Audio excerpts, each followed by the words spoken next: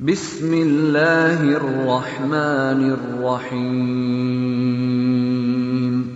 الصلاۃ والسلام علیک یا رسول اللہ وعلی آلک واصحابک یا نور اللہ۔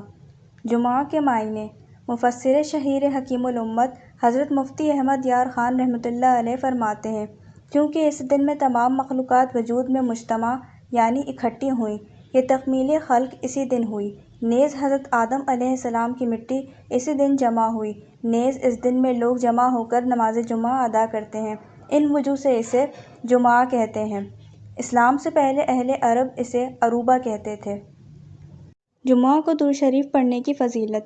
نبیوں کے سلطان سردار دو جہاں محبوب رحمان صلی اللہ علیہ وآلہ وسلم کا فرمان برکت نشان ہے، جس نے مجھ پر روز جمعہ 200 بار درود پاک پڑھا، اس کے 2 سال کے گناہ معاف ہوں گے۔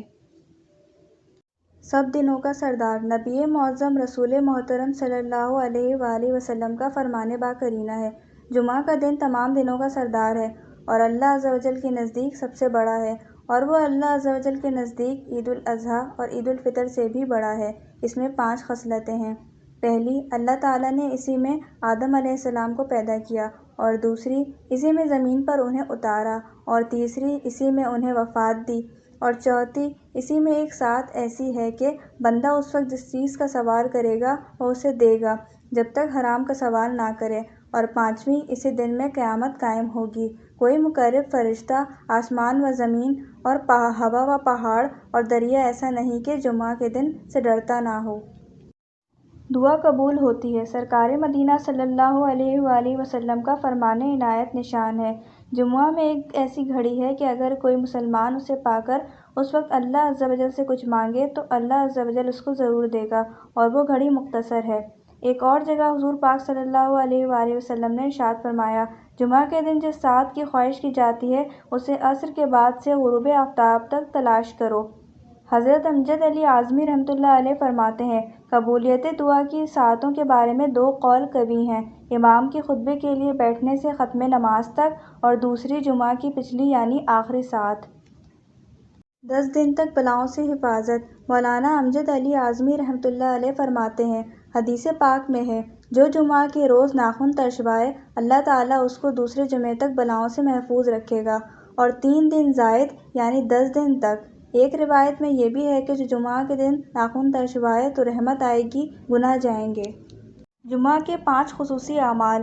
حضرت سیدنا ابو سعد رضی اللہ تعالیٰ عنہ سے مروی ہے، سرکار دو عالم صلی اللہ علیہ وآلہ وسلم کا فرمان معظم ہے، 5 چیزیں جو ایک دن میں کرے گا اللہ عز و جل اس کو جنتی لکھ دے گا۔ پہلی، جو مریض کی عیادت کرے، دوسری، نماز جنازہ میں حاضر ہو، تیسری، روزہ رکھے، چوتھی، نماز جمعہ کو جائے، اور 5ویں، غلام آزاد کرے۔ سورۃ الکہف کی فضیلت۔